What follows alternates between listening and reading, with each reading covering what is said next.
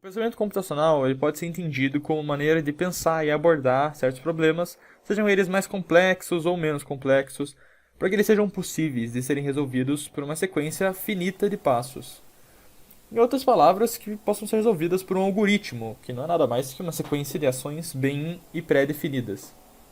O problema é assim pensado para que a gente possa resolver de uma forma semelhante à de um computador, ou até por um computador.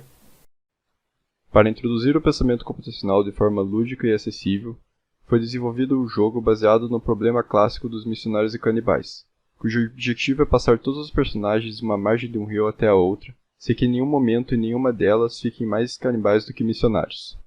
Nesse jogo, o estudante é levado a resolver várias instâncias do problema, começando com um personagem de cada tipo, até 4 personagens de cada tipo, sendo que nesse primeiro caso a solução é trivial com apenas um movimento, e no último caso não existe solução para um barco de tamanho 2. Com a solução de várias instâncias, espera-se que o jogador exercite a sua capacidade de abstração e reconhecimento de padrões, uma vez que ele é levado a descobrir o que há de comum entre elas. Além disso, a busca por linhas gerais para a solução de várias instâncias do mesmo problema está relacionada com a algoritmização, que é também uma característica essencial do pensamento computacional. Para facilitar isso, o programa salva ao final de cada execução um relatório de todos os movimentos utilizados para chegar naquela solução. Espera-se que os estudantes utilizem esses relatórios para comparar as soluções encontradas. A ideia é que ao chegar na quarta instância do problema, os estudantes saibam justificar por que ela é impossível, mostrando o alto grau de entendimento do problema ao fim desse exercício de pensamento computacional.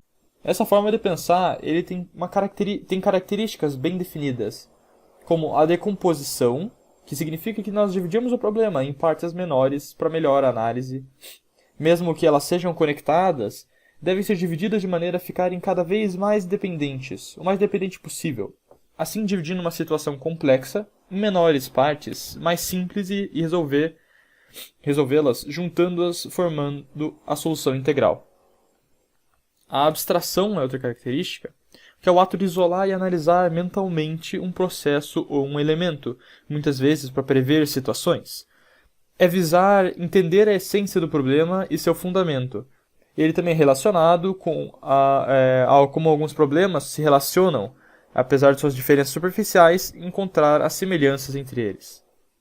Temos também o reconhecimento de padrões, outra característica, que significa visualizar e identificar as repetições. Ele nos ajuda a prever acontecimentos de forma a evitá-los ou não. Ele está extremamente ligado à abstração, pois também abrange como os problemas estão interligados entre si.